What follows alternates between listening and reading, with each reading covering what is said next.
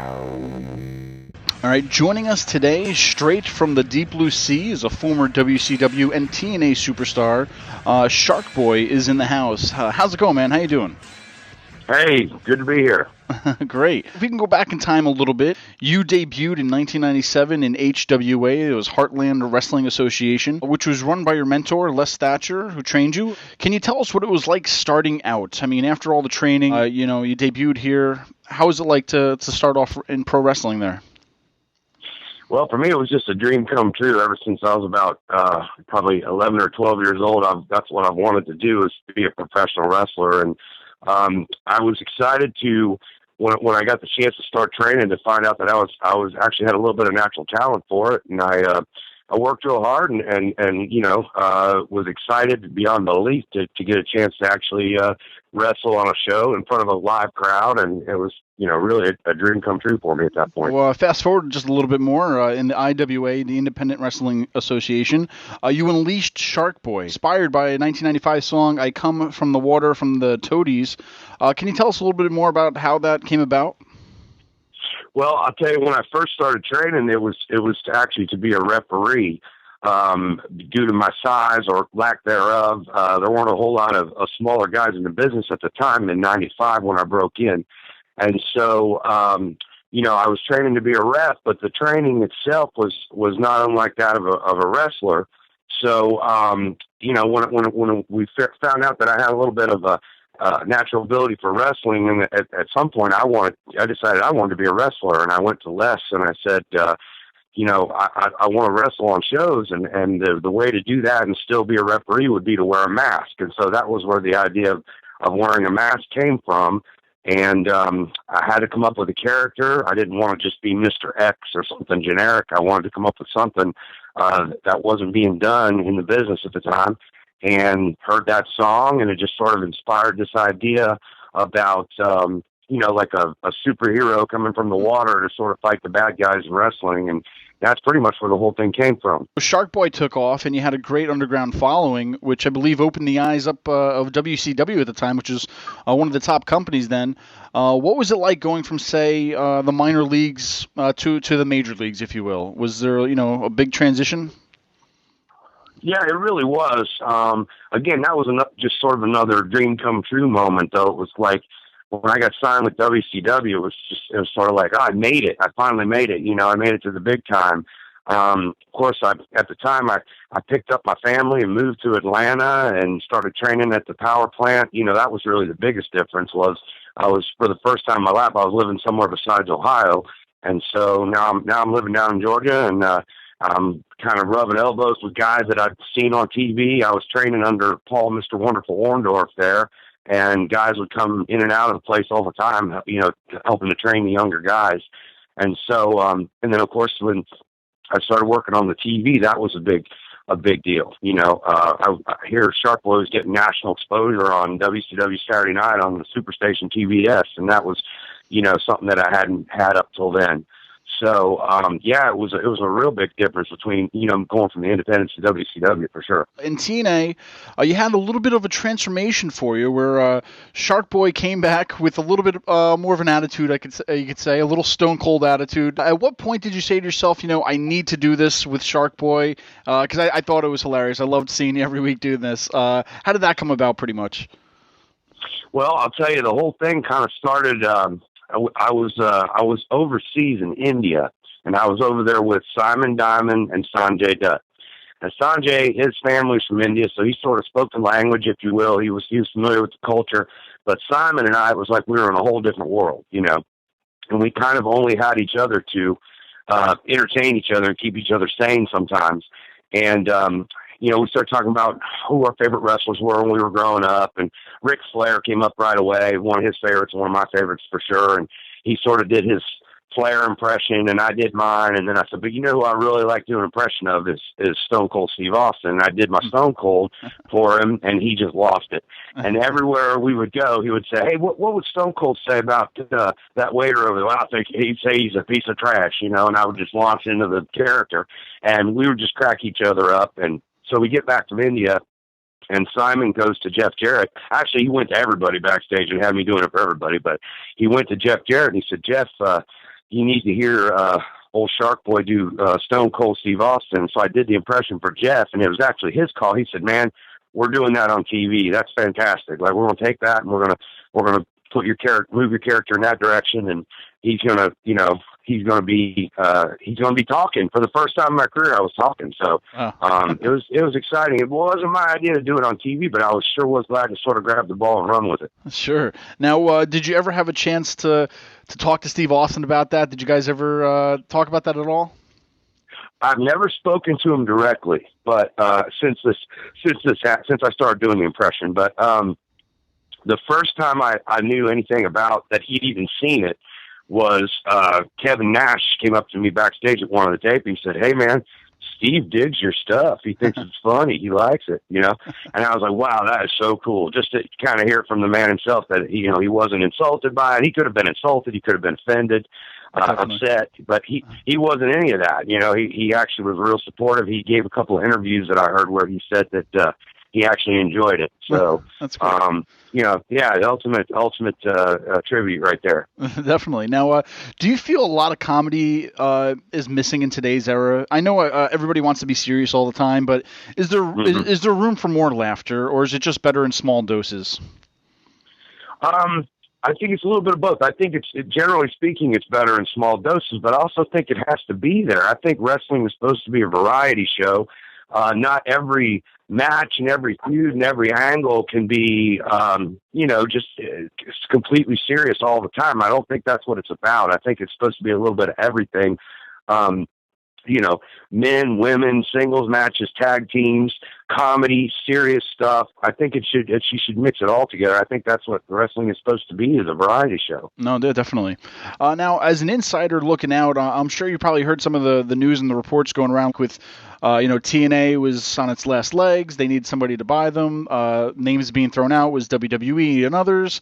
What are your thoughts on a business like TNA, which you worked for, almost, having financial troubles now to where they probably almost can't go on, or I don't know. To me, what are your thoughts basically, how a company that you were in could be in its last days as it is? I don't know. Do you have any thoughts about that?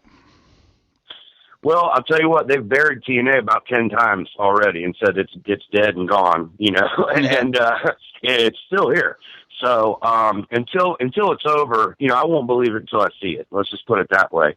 And I think that there are other possibilities out there besides WWE as far as the company continue, being sold somewhere else and continuing on as in some form.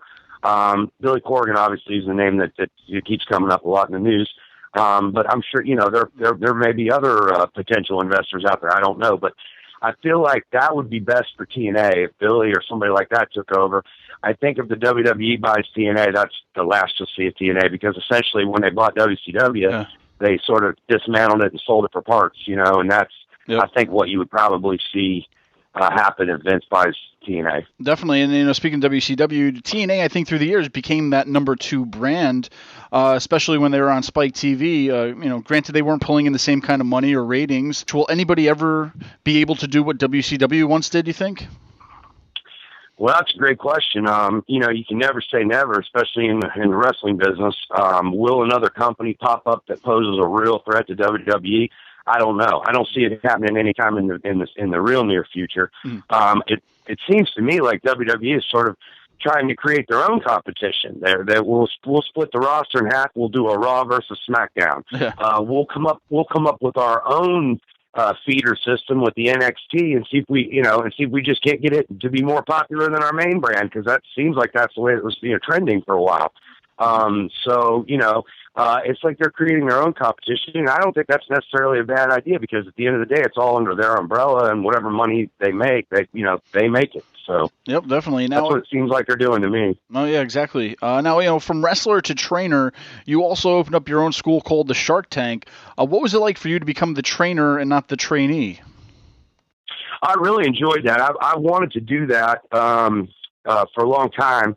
I'll tell you, when I trained though, I hadn't been training a real long time when whenever Les would have to step out of the room, take a phone call, he couldn't be there. A lot of times I would fill in and help train the guys with Les. So It wasn't like I had never been in that position before, but then again, when it's your program, when the thing's named after you and you're the one that's running it, it is a little bit of a different story. But I really enjoyed it. For me, it was a chance to sort of give back to the business and help the next generation of guys. And hopefully for them, they feel like they got something out of it too. I mean, I hope everybody feels like they learned something. And I honestly, when I was done with the program, what it would be a 10-week program or a 12-week program or something like that. And then what I would do is I would introduce the students to the indie promoters in the area and say, okay, here you go, guys, take what I've showed you. And they give you a spot on the show, go out there and show them. And I just kind of tried to plug guys into the business because, there's no guarantees in this business. I can't guarantee you I can get you a job with WWE or TNA or Ring of Honor or anything like that. But what I can do is introduce you to the people that I've met and the connections I've made and give you a chance to sort of, make your own way, which is, essentially what we all have to do in this business. Definitely. Now, a little fun question. How is Dean Baldwin, and have you seen him lately? Yeah, he comes out about every weekend. He's doing as well as ever. I'll tell you, that's a fun thing that I've had the chance to do too. Not everybody gets a chance to sort of play both sides. I've got a character that's just a super good guy, and then a character that's one of the most villainous characters you can imagine. So it's been a lot of fun to get to do that as well. Sure. Now you have sons now. When the day comes when they say, "Dad, I want to be a pro wrestler," what does Shark Boy say, or should I say Shark Dad? No, no, don't do it. Run. No. Whatever it is they want to do, I'm going to help them every in any way I can. My dream was to be a pro wrestler. That may not be Dylan's dream. That may not be DJ's dream. Mm-hmm. I don't know. But, whatever their dream is, I'm going to do my absolute best to make sure that they have all the tools that I could possibly give them to succeed. Because that's essentially what I did. I followed my heart, and I want the same for them. Sure, definitely. Now, did you ever get a chance to work in Shikara or any of the companies like that? I know because from Shikara to other places like Interspecies Wrestling, I don't think would have existed. Would it be without Shark Boy in our life first? I think you kind of started this whole little thing, and I think now that I think about it now, I feel like that would have been a place for Shark Boy to dominate, something like a Shikara or Interspecies Wrestling. Have you ever had a chance to see what these guys do or work with them? I haven't worked. I don't believe I've ever worked with Shikara. No, and Interspecies, I'm not even sure I'm familiar with them. But now you piqued my curiosity. I might have to Google that. Yeah, you have to look them up. Okay, but no, it sounds like I would have been a natural fit in a wrestling company called Interspecies Wrestling. I don't know why I never got the call. The more I look at these companies, I think, I don't think they'd be here without Shark Boy in their life first. So just curious about that one. Thank you. Halloween is upon us. As a masked wrestler, was that your go-to Halloween costume every year, or who does Shark Boy go as on Halloween? I went as Shark Boy one year for Halloween. When I first started doing the character, I thought, well, this is easy. I got everything right here. And, I didn't think anybody, I hadn't been on, well, let's see, I might have been on MTV at that point, the True Light show, but I don't think I'd been on, I don't think I'd been on the WCW Saturday Night yet. So I thought, well, I can go out wearing this and I won't have any, any problems. So I went out wearing Shark Boy, and I got first couple comments. I got, oh, cool costume. Wow, those boots look like real wrestling boots, And so, oh, thank you, And then somebody comes up to me out of nowhere and goes, the real Shark Boy's bigger. And I guess they'd seen me on a local show or something and said, you're not him. That's the real Shark Boy. Doesn't look like that. So I thought that was really funny. Yeah. Who do I go as now? I just go as the the parent walking around with the little guys dressed up. I don't really dress up. Sure. It's the one day I don't have to wear a mask. There you go. Well, Shark Boy, man, I thank you so much for joining us today. I know we barely scraped the surface, but in the world of the internet, is there a place where fans can keep up with you today? Yeah, my website is sharkboy.net. That's the best place to find out about any shows I may have coming up or anything like that. You can also get merchandise there. And then I'm on Twitter at SharkBoyNet is my Twitter handle. So those are the best spots to find me online. And yeah, we'll do this again sometime, and we'll do another interview at some point down the road. And anything you didn't get to ask today, we'll do this again. All right.